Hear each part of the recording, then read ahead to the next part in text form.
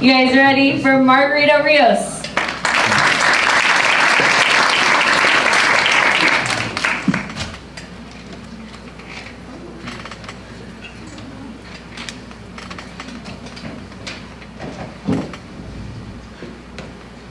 Identity. It's what makes all of us what we are. It defines each and every one of us. It is not for someone else to define for you. Poet Anthony Orozco gives us a glimpse into how frustrating that can be when that happens. If I'm being honest, I thought by this time I would be callous. Thought I had seen the end of this tightrope balance. High on the hyphen between the words I accept, but ultimately challenge.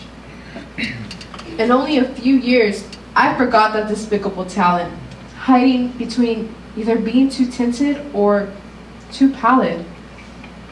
To plead for validation from birds of prey who say they mean no malice. Though they peck at my self-respect to see what they can scavenge. But see, sometimes I have to shake a vulture's hand to feel their talents. And all those buzzards need to know about my parents is that she taught me to dance in the rain, and he taught me to fear no man. And they both drew constellations in the sky. Celestial pictographs revealing to me that I have always been what I truly am, for an eternity before I ever even was. Of bones, skin, eyes, and sinew. And I continue that no matter how uncomfortable that may make you, as you nitpick our differences, rather than recognize their significance. I, and a legion of others, through mere existence, bridge incredible distances between cultures and time, between what is taboo and what will become the norm. Excuse my breaking of decorum, but can you devilish pheasants feel that approaching storm? In unique form, I refuse to be examined through your closed mind's little keyhole, to be seen as anything less than equal to my own people.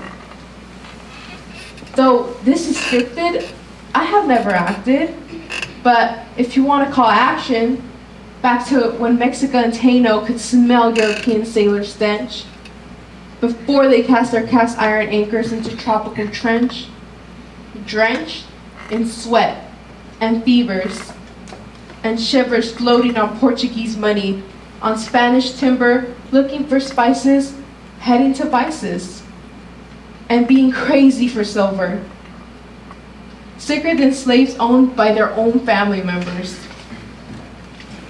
You thieving belitterer, you failed conquistador, trying to steal parts of my identity, like Christians ripping the jades out of the mouth of the Mayans. So go ahead and compare our brownness. Though you may look like a Toltec, you couldn't tell me the first thing about them. So easy for you to forget that we're both the descendants of Native women, raped by the thousands of Brits in pursuit of youth, sprouting from the ground like a fountain. Tribalism like your own has conquered countless, and there's only so much intelligence to go around, but ignorance has been proven to be boundless, especially in those who have questioned my race lately, even after explicitly stated, mistaken, or out of date maybe. Because I've had mestizo blood pumping in my veins since the late 80s, when in that place that she raised me, it was so crazy to see a white lady with 2 interracial babies. So, yeah, maybe you can save me from that, yeah, but what color is your mom test? My ethnicity's not a contest to please a backward mindset that has neither the insight nor historical context to even understand what I mean when I say que soy de la raza cósmica, cargando con una fuerza atómica. Go ahead and take note of that phenomena, which you can be a part of if you open your heart up.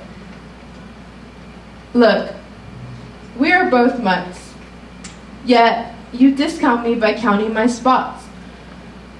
But your color cannot conceal your transparency, as Day of the Dead craniums are picked clean of their rot. So, I guess you vultures ultimately do come in handy, but I do not pluck the petals painted on the skulls of my family, asking if my brothers love me or love me not. Because, honestly, I will love you regardless whether or not you can't stand or understand me. Different on the outside, but all of us the same on the inside. All of us, mano a mano. You and I, our hands are very much the same.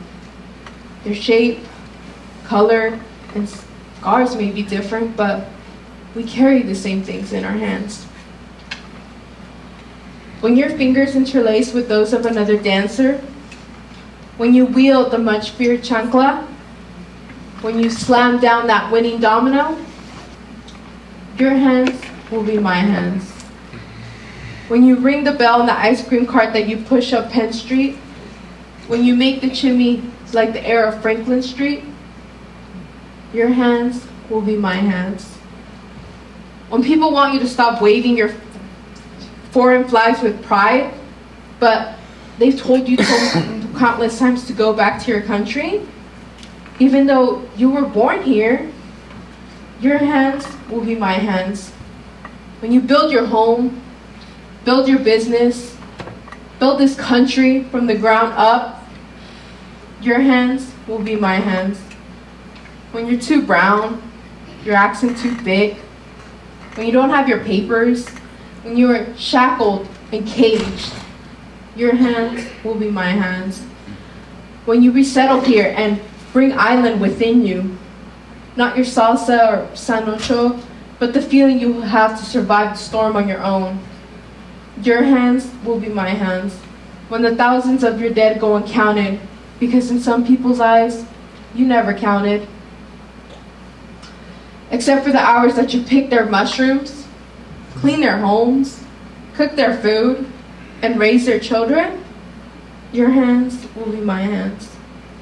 When you fall, I will reach down to pull you up, dust you off and shake your hand with dignity and respect. Then I will place my hand on your back to push you forward.